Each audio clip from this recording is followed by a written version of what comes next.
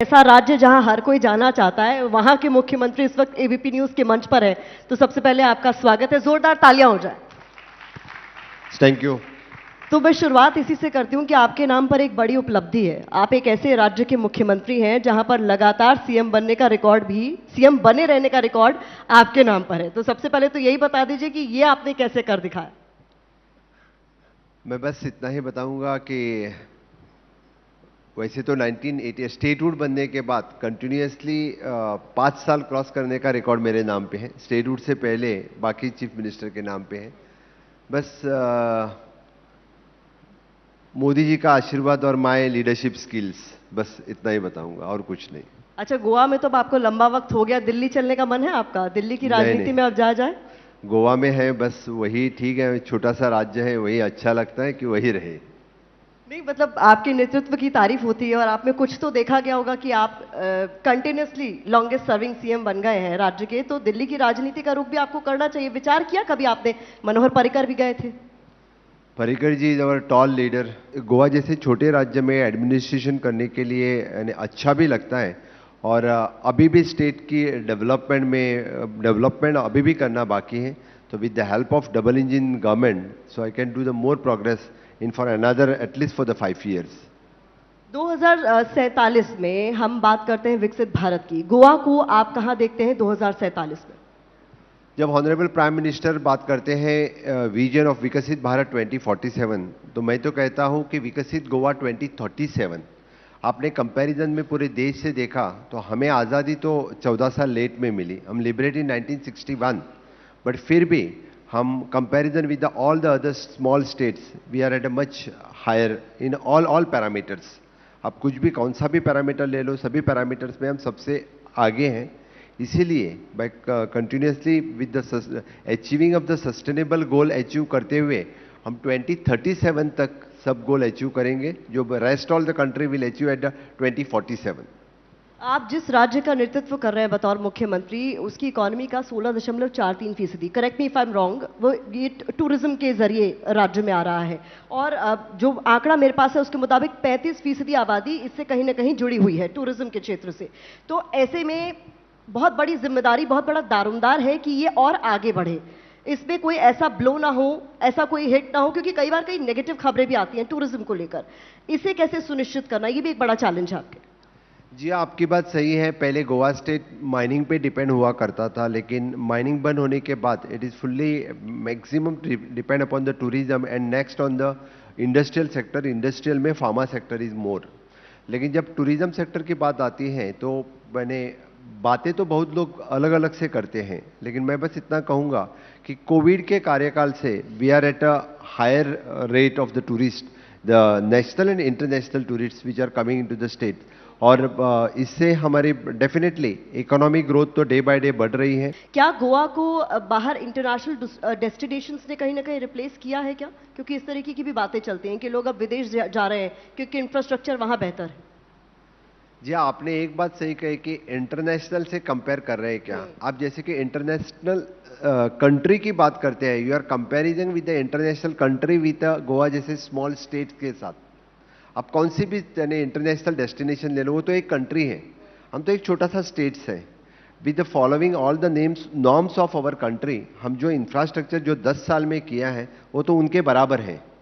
और after all हमें किसी इंटरनेशनल ब्रांड की कोई ज़रूरत नहीं है। Goa itself is a one brand, और गोवा में खुद एक ब्रांड क्रिएट किया हुआ है। और लास्ट 10 साल में with the help of double engine सरकार, it is more than 40,000 crores of rupees we have alone spend on the roads and bridges. इसी के ऊपर तो इतना पैसा स्पेंड किया है। मुझे लगता है कि 5 साल पहले कोई जब गोवा में गया होगा तो अभी देखा तो उनको infrastructure with the 2 international airport, with the 3 bridges at the Mandovi, 2 bridges at the Zuari, and connecting from the one end to another end with the national highways, आपको इतना इंफ्रास्ट्रक्चर छोटे से स्टेट्स में इतना बड़ा इंफ्रास्ट्रक्चर आपको देखने को मिलेगा। मतलब ये सारी अफवाहें ही उड़ाई जा रही हैं आपकी नज़र में? इस तरीके का कुछ है नहीं? क्योंकि इंफ्रास्ट्रक्चर पे तो, चूंकि मैं गई हूँ हाल ही में गोवा, तो मैंने देखा है बड़ा परिवर्तन देखा गया है, इसमें कोई दो राय नहीं है। तो ऐसे में ये जो तमाम बातें सोशल मीडिया के जरिए फैल रही हैं, उस पर आप क्या कहेंगे? जी हाँ, कुछ इन्फ्लुएंसर ऐसी बातें करते रहते हैं कि गोवा में टूरिस्ट नहीं है, आने के लिए प्रॉब्लम हो रहा है, ये वो सब कुछ। मुझे लगता है इसमें कोई तथ्य नहीं है, लेकिन being a chief minister I am continuously monitoring, continuously observing exactly. जो किसी ने टीका की तो भी वो भी हम पॉजिटिवली लेते हैं, लेकिन क्या चल रहा है I am verifying also at my and. This year it is a 10 million of the tourist travel comparison. Again I have compared with the my GST. Again there is a rise of approximately the 9% to rise particularly in that period. तो इतना rise हमेशा मिलता है। तो कुछ influencer ऐसे भी हैं जो यानी लोगों को यानी टू शिफ्ट द टूरिस्ट ये बातें करते रहते हैं। आई एम नॉट पर्टिकुलरली किसी कंट्री की बात मैं नहीं करूंगा, लेकिन कुछ इन्फ्लुएंसर इस तरह से हैं कि जो टूरिज्म को यहाँ से शिफ्ट करना चाहते हैं। नहीं तो ये इसके पीछे किसका हाथ आपको लगता है? क्योंकि आप बड़ी बात कह रहे हैं, गोवा मुझे लगता है one of the favourite destinations है लोगों की आज भी। अगर वो इंडिया में कहीं वेकेशन पर जाना चाहें और free life, party life enjoy करना चाहें तो मुझे लगता है नंबर 1 पर अभी भी गोवा ही आता है। लेकिन अगर आप कह रहे हैं कि कुछ इन्फ्लुएंसर्स ऐसा काम कर रहे हैं तो ये तो बहुत गंभीर मसला है। We are investigating on it. This is not a platform to tell किसका हाथ है, ये कहने की बात नहीं है, लेकिन we are investigating that. Other part, Goa में लोग सेफ और सिक्योर्ड फील करते हैं। Goa is an clean and neat. कभी भी गोवा में आ जाए तो गोवा के बीचेस विच इज क्लीन भी है, नीट भी है और सेफ और सिक्योर्ड है। It is an more than 700 life have saved in the last 5 years by our the coastal life guards one who are working on the coastal beaches.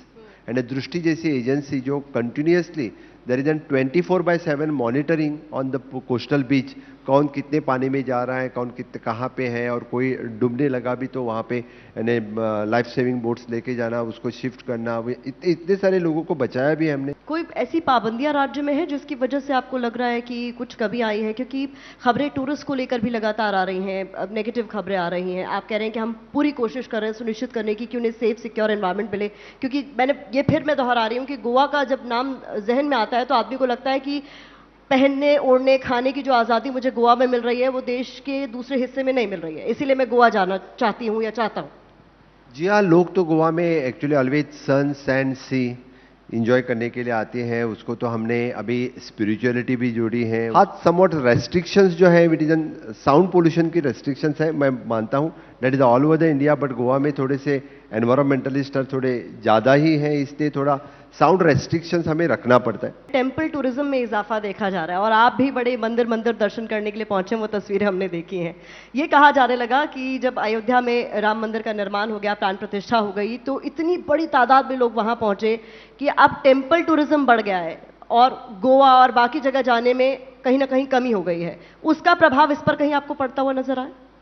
नहीं, गोवा लोगों को जब लगता था कि गोवा में सिर्फ समुंदर है और चर्चिस है, बाकी कुछ है, ऐसे लगते नहीं थे मुझे। कभी कभी मैं जब नया नया चीफ मिनिस्टर बना था तब कोई मुझे मिला, वहाँ टेम्पल भी है, वहाँ हिंदू भी रहते हैं, ये भी प्रश्न पूछने लगे थे। मैंने कहा था 70% ऑफ द आबादी इज हिंदू है, तो फिर द मैक्सिमम टेम्पल्स हैं। और गोवा में तो पूरे यानी 70% पार्ट्स में बहुत बड़े बड़े और एंशियंट टेम्पल्स हैं।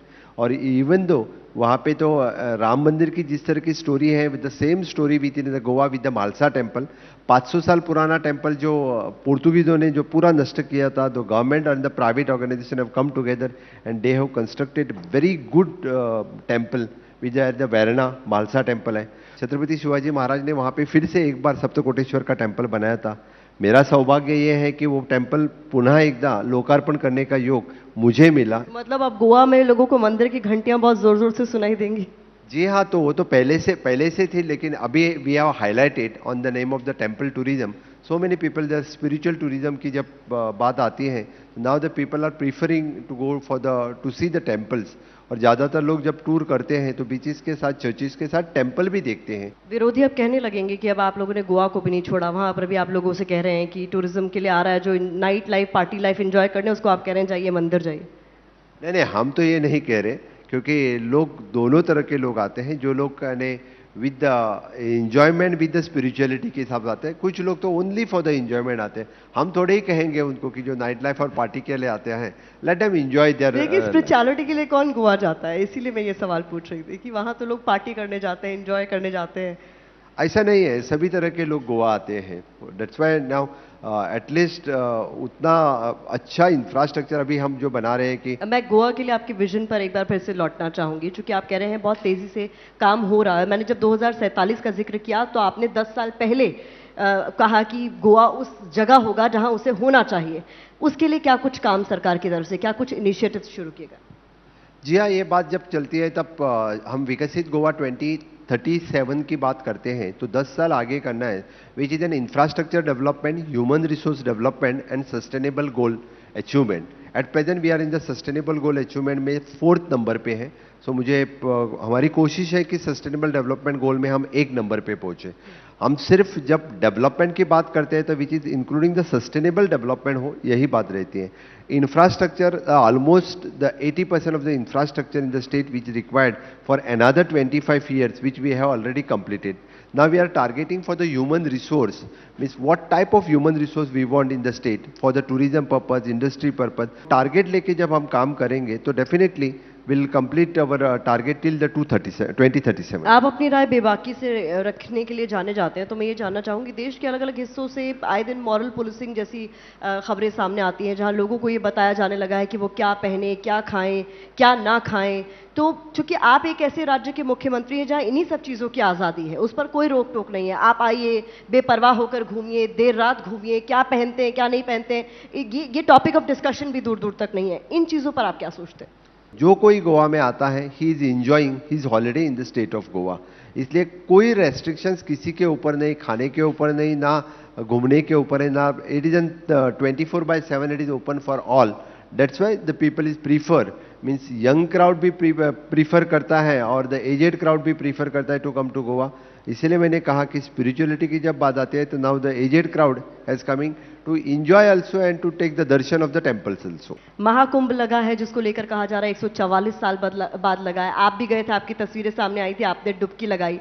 पहले तो अपना अनुभव बताइए, फिर मैं आगे सवाल पूछूंगी। जी हाँ, महाकुंभ का अमृत स्नान, मैं डुबकी नहीं बताऊंगा, बोलूंगा, लेकिन अमृत स्नान करके मैं आया हूँ।